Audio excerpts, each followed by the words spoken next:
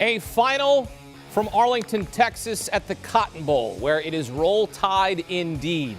27-6, the final as Alabama advances to its second straight national championship. Looking to go back-to-back. They'll face the winner of Georgia and Michigan in the game coming up a little bit later tonight.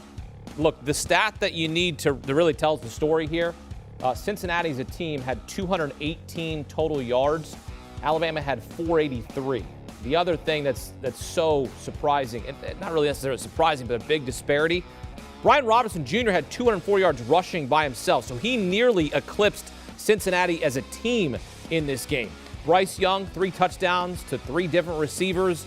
John Mechie out for the rest of the season. He went to Slade Bolden. He went to Cameron Latou. Look, this team will just continue to beat you. Ja'Cory Brooks also caught a touchdown. He's really stepping up in place of John Mechie. Saw him catch a big touchdown in the Auburn game, in the Iron Bowl. Alabama rinse and repeat here, 27-6. They cover the 13-point spread. The game goes under the total of 57.5 in Arlington. Get right to the site. Welcome to CBS Sports HQ college football analyst Barrett Sallee. Barrett, really, we could have just penciled in Alabama to the national championship game because we knew how good they were. We also want to give credit to Cincinnati. Look, first group of 5 team to make the college football playoff, but this is kind of what a lot of people expected. A team of that caliber not going to be able to hang with an Alabama, the reigning national champions. What did you see there at the Cotton Bowl? Yeah, Hakeem, it was like a throwback Alabama performance circa 2011. You saw on the opening drive 10 straight runs and then the touchdown pass to Slade Bolden. This was an old school slugfest, one at the line of scrimmage, and that to me is Saban recognizing, hey, look, got to establish the run, got to get Brian Robinson going. He was not intimidated by the Cincinnati defense. He came right at them, and as a result, I think Alabama not only found itself a running back in Brian Robinson, but really completed itself as a team, because now we know that even when a team like Cincinnati, which is a really good defense, knows what's coming at them, it still can't be stopped. Brian Robinson, that offensive line, deserve a ton of credit, and that staff for going out there and basically saying, we're going to play bully ball, you got to stop us, and Cincinnati couldn't do it. 302 to 74 in terms of rushing. That's an Alabama bowl game record. That's incredible, the fact that they were able to have such a balanced attack. We talked about how the loss of John Mechie may affect them. It really didn't, Barrett. I mean, look, the Heisman Trophy winner Bryce Young goes to 3 different receivers for touchdowns. Cameron Latou, Ja'Cory Brooks, and then Slade Bolden was the first touchdown of the game. They just spread it around and they beat you, and they can beat you in different ways. And then again, the defense just holding the Bearcats to 6 points. Yeah, and I think when you look at what their offense was, mixing it around to those different receivers, I think that was important because it got them comfortable. I think it took some pressure off of Jamison Williams, because I think he felt a little pressure going in that he had to be the guy, really, because there were no other options. But they worked off that running game, and working off play action and getting all of those guys involved in a variety of different ways really, to me, makes this Alabama offense extremely dangerous. And I know it didn't look it. It didn't feel sexy. It didn't look like the Alabama team that we've been accustomed to seeing over the last 5, 6, 7 years. But this is what they needed to see going into a national championship game. So it was great to see Bryce Young come off of his number 1 receiver and get to Cameron Latou, get to Slade Bolden. Those guys are now in the mix. They understand the responsibilities, and it didn't look like they had an issue replacing John Mechie at all. Look, we know that a lot of the hot takes are flaming right now. They're firing on all cylinders. They're all of the folks out there saying, "Oh, Cincinnati didn't belong." They're kind of right, Barrett. I know they were undefeated, and they're the first group of 5 team to get to the playoff, but there really wasn't much of a test here for Alabama. No, not at all. No, Cincinnati deserved to be here. They earned it, right? Especially in the way the landscape of the season played itself out, because the other option was Notre Dame, and we have a heads-up result. to compare them to. So, yeah, I mean, I know that the group of 5 teams are going to hurt from this. This is going to be residual effect. Those selection committee members are not supposed to factor in other years, but they all watched this game. They all saw that Cincinnati was completely hopeless against this Alabama team, so it's absolutely going to have a lingering effect. But if folks are going to say that Cincinnati didn't belong, okay, didn't belong as a national championship caliber team on the same field as Alabama, absolutely. But belonging in terms of the 4-team playoff based on the way this season shaped up, they absolutely belong because they beat Notre Dame, and Notre Dame was their primary option in terms of making the playoffs. So it's a great season for Cincinnati, but I think what we saw is that X's and O's overtake Jimmy's and Joe's. And X's and O's for Alabama, when you put them with the Jimmy's and Joe's, makes them this absolute destruction machine that we see behind me. So, yeah, nothing to take away from Cincinnati. They did a good job. They belong to be here, but they do not belong as a national championship caliber team. Yeah, hell of a season for Luke Fickell and the Bearcats. Undefeated to get here, but they come up short. And now Alabama with a chance to go back-to-back for the first time since 2011 and 2012. Nick Saban looking for his 8th national championship as a college football head coach. 6 of them coming with Alabama. The last one last year with Devontae Smith as the Heisman Trophy winner. Now he has Bryce Young, the Heisman Trophy winner. 4,503 passing yards, the most in a single season in Alabama history. Bryce Young continues to dominate. There's a reason why he won the Heisman Trophy. This kid is extremely good, now looking to lead Alabama to back-to-back national championships. All right, let's get back out to Arlington, Texas. And Barrett, when you take a look at this Alabama team, look, we're all rooting, maybe not everyone, because there's a lot of folks in Big Ten country. And look, I'm a Big Ten fan. I'm also an SEC fan. Wouldn't mind seeing Michigan get to the title game after beating Ohio State and then Iowa. But look, I think most people, most college football fans, they want to see that rematch, Georgia-Alabama. The question I have is it going to be any different?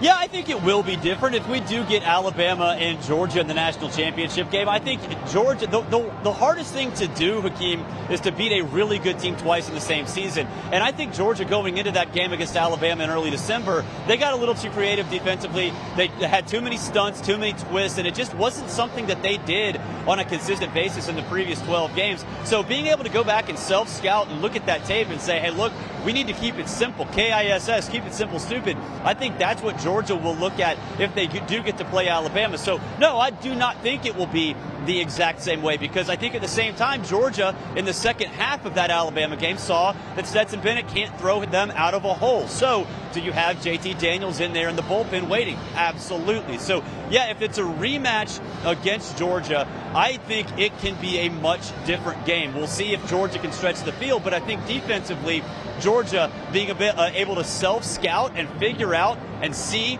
that they got way too complicated and tried to outthink the room when they didn't have to will go a long way towards them actually slowing down this Alabama offense a little bit, kind of like we saw Cincinnati do today. I just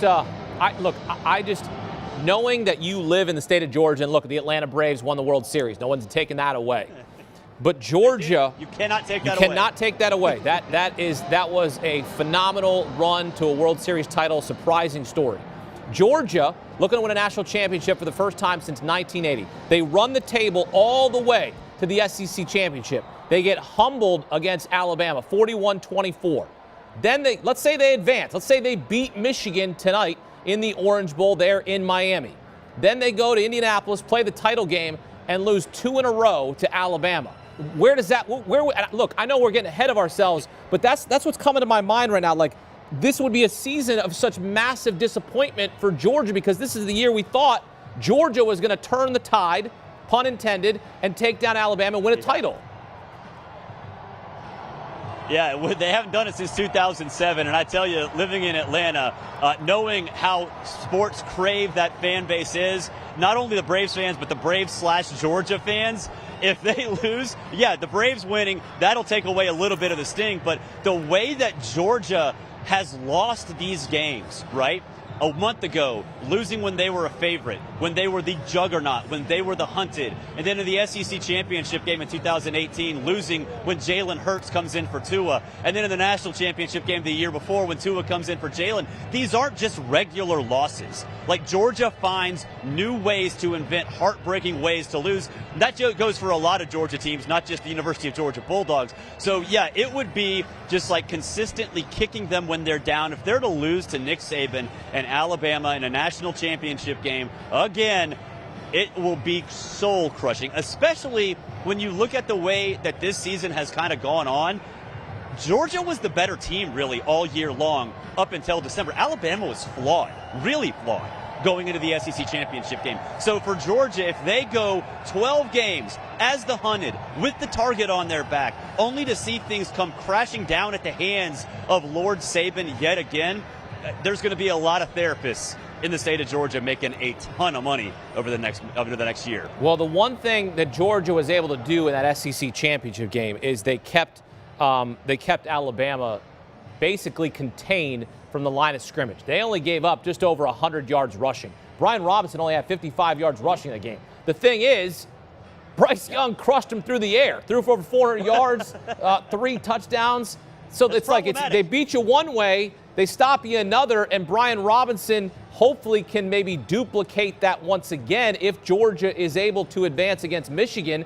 The same thing he did today, but that's unlikely though because you know that Georgia's going to be prepared for that same sort of game plan. I guess the terms of the adjustments is going to be a similar situation, but look, Georgia, they got to win this game. And I know we're coming up on it right now, the Orange Bowl, but Georgia's got to win this game because if they lose to Michigan, this season becomes all. Look, I'm not going to say it's all for naught, because this has been a great season for Georgia. No, it would. No, you can. Okay, absolutely is. Absolutely it is. It's championship or bust for them. And I tell you what, though, looking at the way that Bryce Young handled some pressure, he was getting rattled in the pocket against Cincinnati tonight. It was not a clean pocket. He was kind of bailing early. So I think there are some things, if you're a Michigan coach or a Georgia coach, if you're looking at Alabama and watch this tape from Jerry World tonight, you're going to see Bryce Young get a little rattled and try and pressure in his face. Even though he was pretty solid, he was not the difference maker tonight. And I think a lot of that, yeah, sure, it was Brian Robinson. He was the difference maker. We all saw that. But I think they might not necessarily lost confidence, but they recognized that the Cincinnati defensive front was actually getting to him just a little bit. So if you're Michigan or you're Georgia, you know what you have defensively. You're going to take that and try to run with it and try to build off of that. Barrett, if you're Alabama, we always ask this question, right, in the first college football playoff semifinal. If you're Alabama, who do you automatically want to face Georgia so that you can stamp it again and say, look, we beat Georgia in the SEC title game. Now we're going to try to beat them in the national championship. Or do you say, you know what, let's go path of least resistance. Let's get rid of all the narratives. Let's just try to beat Jim Harbaugh. All right, well, so, Hakeem, are you asking me as Nick Saban or an Alabama fan? Because those are probably two different answers. Right. Give me the answer for both. Yeah, if I'm Nick Saban, I want to play Michigan. It's the path of least resistance in my mind. That is an offense that is not going to scare them at all. I think Georgia certainly has some weapons. They didn't necessarily show it in the SEC championship game because of the way that game went, but Georgia's a more dangerous team. So if you're Nick Saban, you absolutely want to play Michigan. Alabama fans, however, would love nothing more than to just twist that knife even deeper. Make it like do a 360-degree twist yet again. Just because they know how much that matters in terms of conference perception and how much that means and how much it drives Georgia fans crazy knowing they can't beat Nick Saban. So Saban will want Michigan, I think, because I think it is a path of least resistance, like you said. Georgia fans, they want to make Alabama fans, they want to make Georgia hurt. And if they get Georgia in the national championship game and get that chance, there'll be a lot of pumped-up Crimson Tide fans in Indianapolis. All right, as you pack up and wrap up there from Arlington, Texas at Jerry's World, what are your takeaways going to be from this game between Alabama and Cincinnati? Well, I got 3 of them. One, the biggest one is that when you're the offensive line for Alabama and you have so many questions going in, you'd answer them against a really good Cincinnati defense. And to me, that is enormous going forward. That's the biggest takeaway. Number two, Brian Robinson, when healthy, is one of the best running backs in the country. He hadn't been healthy throughout the majority of the season, but we saw him absolutely take over a game. And three, Cincinnati fans deserved this. I know it did not go the way they thought they would, and obviously it's a disappointment to leave this stadium as a loser, but they were so excited. They came in droves. They were loud, and they took this opportunity and ran with it. So even though they got smoked by Alabama, Cincinnati fans, they showed out, they showed up, and they really made a statement that this is a football program that's here to stay, and it's a football program that might be playing a lot of games in this stadium behind me in the future when they get to the Big 12. Barrett Sallee breaking it down for us there at the Cotton Bowl, where Alabama advances to the national championship 10 days from now in Indianapolis. Barrett, appreciate the time. Great stuff as always. Brian Robinson had himself a day, the final day of 2021. 204 rushing yards, nearly outgained the entire Bearcats team. They had 218 total yards. Robinson goes for 204, the third most rushing yards in a single game in college football playoff history. Ezekiel Elliott with Ohio State twice in 2014, setting the record there. But Brian Robinson having himself a day as he helped send Alabama back to the national championship.